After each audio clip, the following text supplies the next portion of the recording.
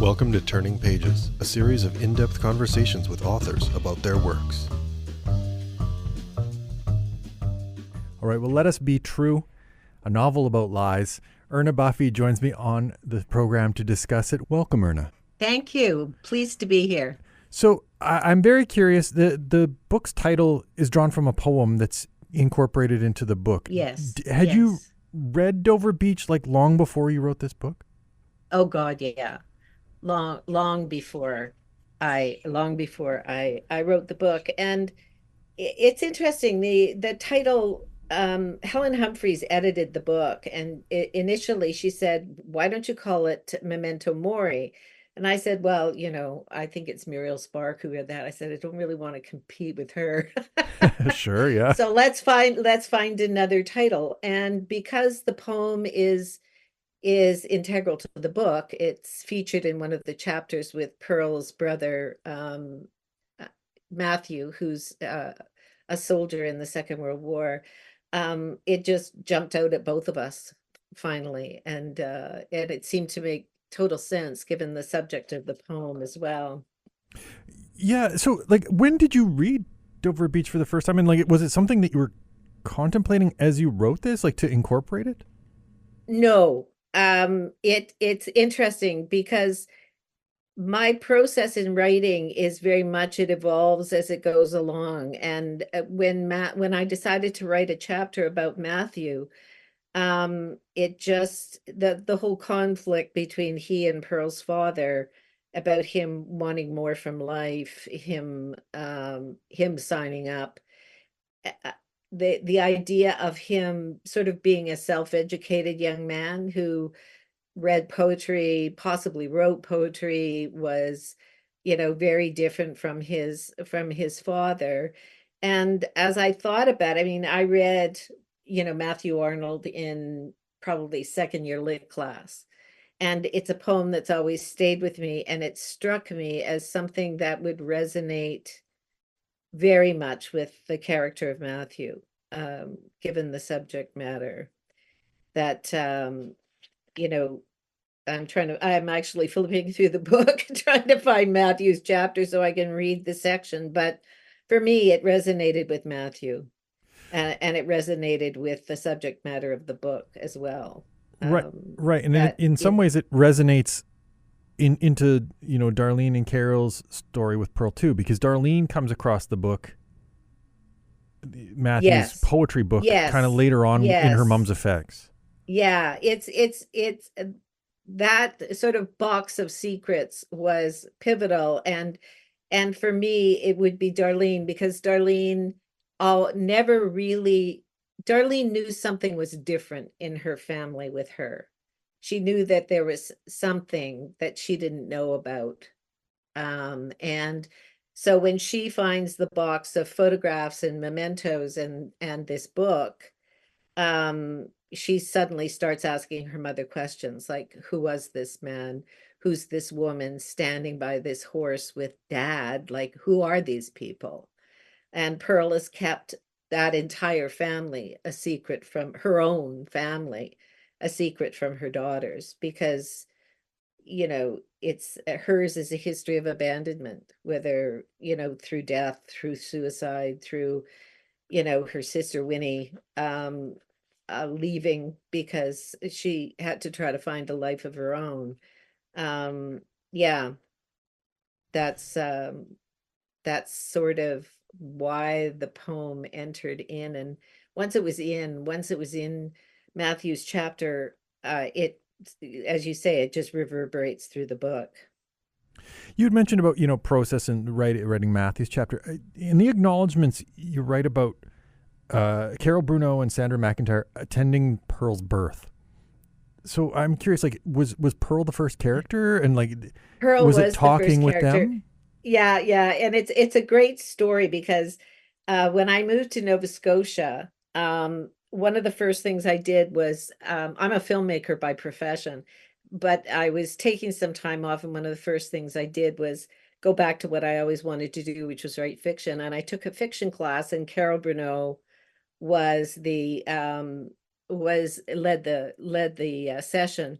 And one of the exercises she had us do was pick randomly, when newspapers still had want ads, pick out a little want ad one of the want ads that she'd cut out of the newspaper. And the newspaper ad was for sale, 2 mother of the bride dresses, size 12. And out of that sprang Pearl. So the original first chapter of the book was Pearl's chapter, where she's organizing for the garage sale, where she's going to sell everything she owns. Much to Carol's chagrin. Yeah, much to Carol's chagrin, all her memories. She's going to sell all her memories. So that was an actual want ad that you came across. That was an actual want ad too. And it made me think, who is this woman? Like, who would sell 2 mother of the bride dresses? It struck me as somebody who was pretty pissed off with her daughters or her sons. So that's where Pearl originated. So then Pearl begets Darlene and Carol, and like the family tree kind of spreads in both directions as a result of this imagined Pearl? That's right. I mean, I knew that I'd always wanted to write about my mother's generation of women, because they were in so many ways a mystery to me. So many of them kept secrets. They were always, like, so many kids were abandoned during the Depression. And so many of them had stories about, being in an orphanage, but nobody really knew what happened to their parents. And it was all very hush hush, and you'd overhear it while they were talking over coffee, but you didn't quite get the story. You knew something was there, but you weren't clear on what it was. And the men too. I mean, most men came back from that war hugely damaged, if they saw action. And they never, it was something that they couldn't or wouldn't share with their families. And so secrets sort of became a way of life for that generation, I think. And it's not just secrets. There's lies as well, right? Like there's like withheld truths, and then there's like obfuscation. Yeah, it's interesting. There's a moment when, after Darlene, the one Pearl's daughter, has an abortion, she's lying in bed, and she doesn't want to admit, obviously, what she's just done to her mother. And there's a moment with her mother that's very touching, and she begins to speculate on, I'm keeping secrets from her. How many secrets is she keeping from me? And how many regrets can a person have in their life before they just give up and die, which is sort of where Pearl's at, I think. So the imagined Pearl, and the woman of your mother's generation. Yeah. Do you start from like, what is she withholding, or like what's gone on in her life that she's not talking about, or do you like, how do you imagine what she's carrying? It's a very organic process, and it's hard to describe, because as I wrote that character, it suddenly emerged. Where do I go with this? What's this woman's problem? Why is she so angry? Why is she so chippy? And as I wrote it, a story that I'd read ages ago, like many years ago, about a suicide during the Depression. That's what nailed Pearl for me. It nailed her timeline. It nailed who she was, because her father's suicide and the murder of his wife is what starts Pearl down the path of becoming who she is. So that a very damaged, abandoned feeling woman. Just to saying, you mentioned, you'd read this story. It does beg the question in terms of who you are as a reader inform who you are as a writer? I think so, yeah. I mean, I was a history student. I did a master's in history. So that's something that's always drawn me. And I think it's drawn me because of the stories. I had a mother who did tell stories, told stories about the Depression, told stories about the war, told stories about her father and mother and her ambivalent relationship with them.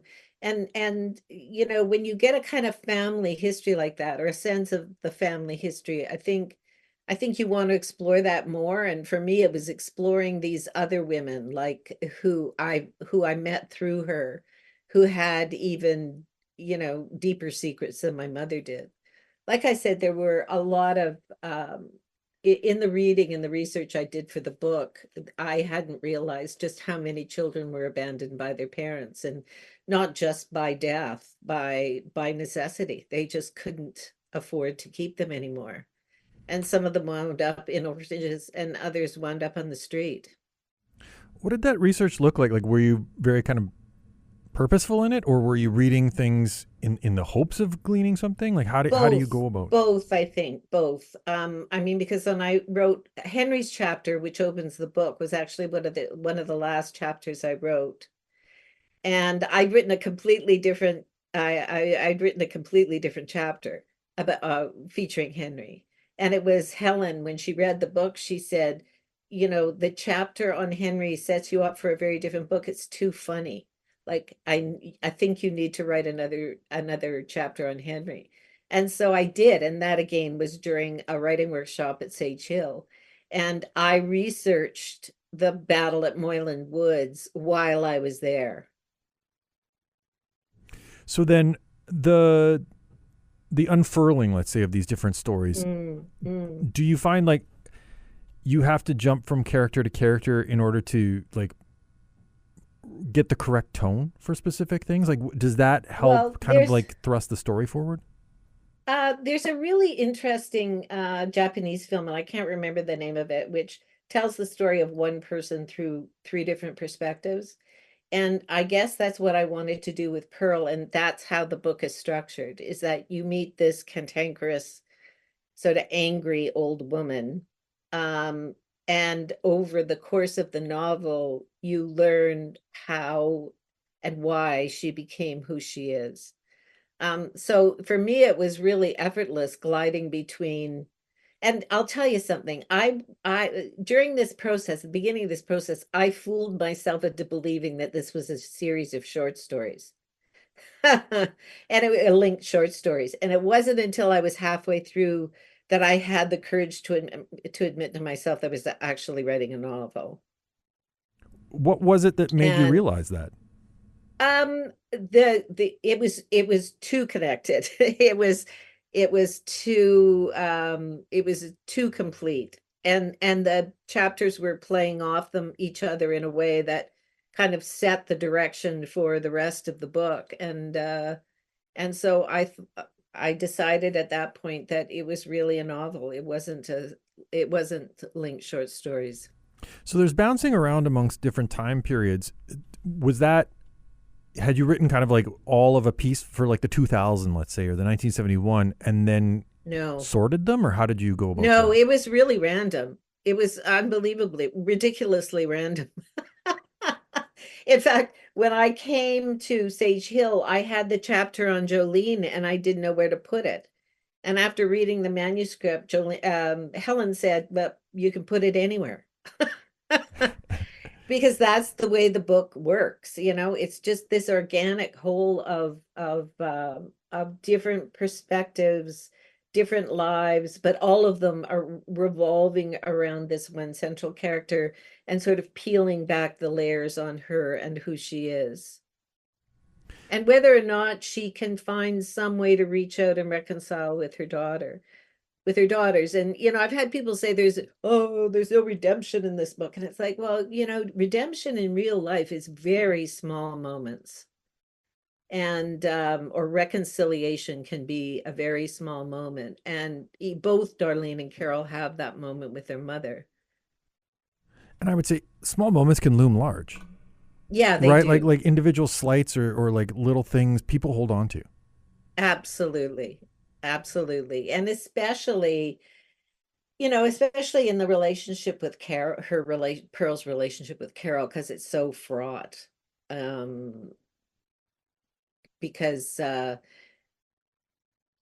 know, it's there's just so much anger between the two of them. It's that moment where Carol realizes that her mother loves her and she has always loved her despite her critical nature, um, is it was a joy to write. It was a joy to find. Like sometimes that's sort of the process, that at a certain point these characters start walking around and doing things on their own where you feel like you're not really in control of the story, that the story is telling itself somehow.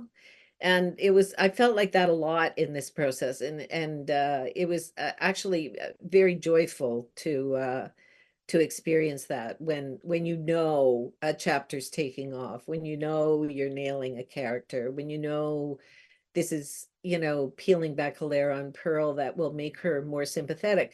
I mean, because a lot of people, I think, find Pearl very unsympathetic, which I find hilarious because I find her really funny. I actually laughed a lot when I was writing this book, like dark humor, but I laughed a lot. Was that because you were discovering kind of the character and what they did, like I in real think so, time? but she says such outrageous things sometimes, Pearl, that you just go, "Oh my God." If I was on the being on the outside looking in at that, it's hilariously funny. Like the moment where she tosses the tosses the soil onto Henry's casket and basically says to everybody, "Let's get this show on the road." It's like, yeah, I know that woman. Yeah, very, very on the face of it, that woman. Yeah, Um, yeah, yeah. your relationship with Helen, like, how did you come to her as an editor? Because I mean, I know her as a writer. Yes, and I'm a big fan of Helen's writing, and it was a joy to work with her as an editor. What happened was, um, she suggested that rather than try to find an agent and get a big company, I go with a medium-sized company because it would get published faster. So I sent it out to two medium publishers. One said, "Love it, doesn't fit our list," and the second one was Coteau, and they said, "Yeah, yeah, we'll take it." And at that point, there is the guy running, the guy who was the managing editor said, we'll get you an editor. Who would you like?" And I said, "Oh, gee, actually, I think I'd like Helen to do it."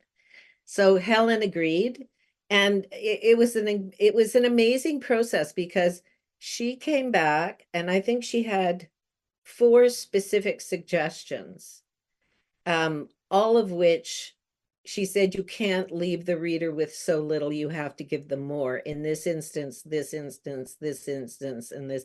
And that was the sum total of the editing.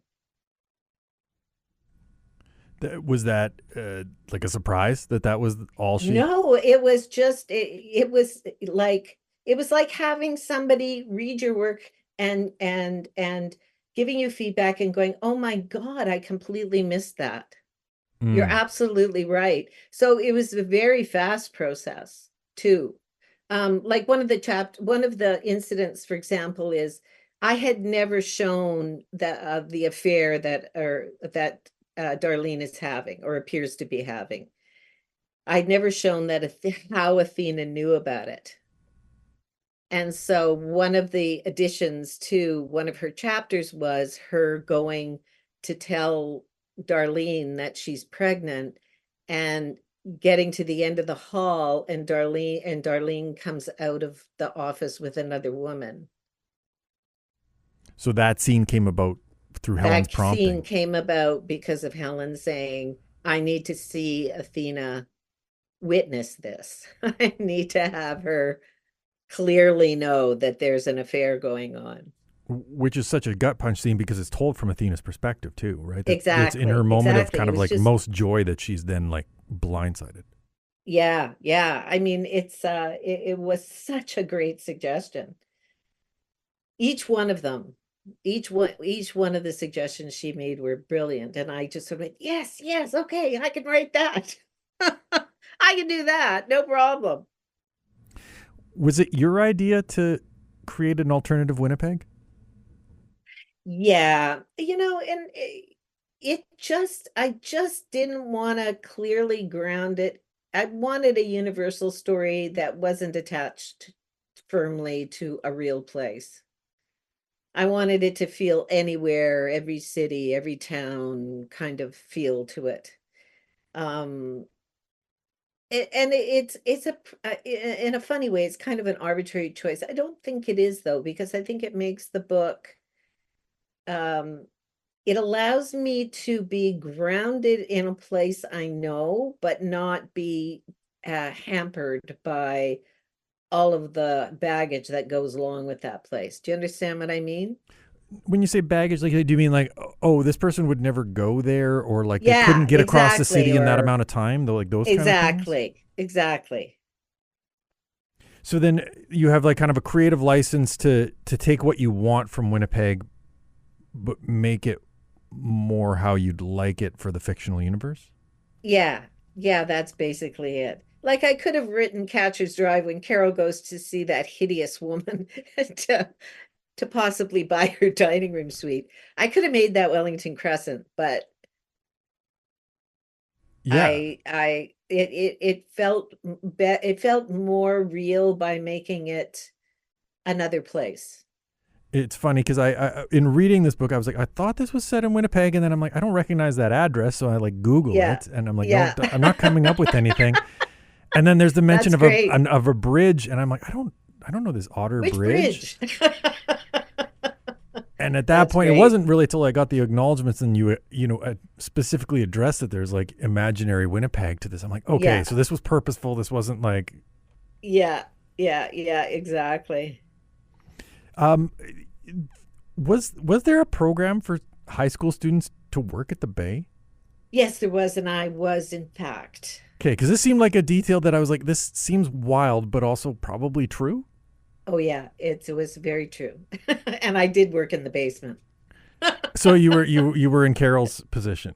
Yes, I was absolutely in Carol's position. Those, when people say write what you never write what you know, but it's like the sense of someone or an experience you had in a certain place comes back to you, and it just seems right for the character. So the So sense no, of I'm like, not Carol, but yes, I was, what do they call them? Junior clerk or whatever at the Bay when I was in high school. so your mom wasn't Pearl, but like the like No. caste system of like where you were assigned in the Bay existed. That kind of like, Yes, so you pulled from that. totally. Totally. All the girls from River Heights got, fifth floor china or fourth floor women's clothing, and I got sent to the basement, and that was no accident.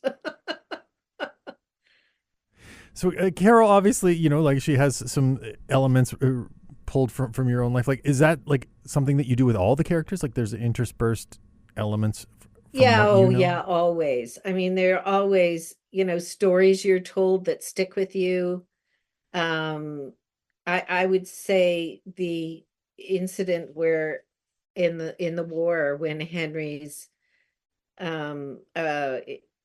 approaching that farmhouse and the incident that happens there. I don't want to give a bunch of spoilers, but Yeah, no, I'm that trying to avoid was, the like plot points. yeah, that was something that was a story somebody told me Do you open a out used there. book the way Darlene does?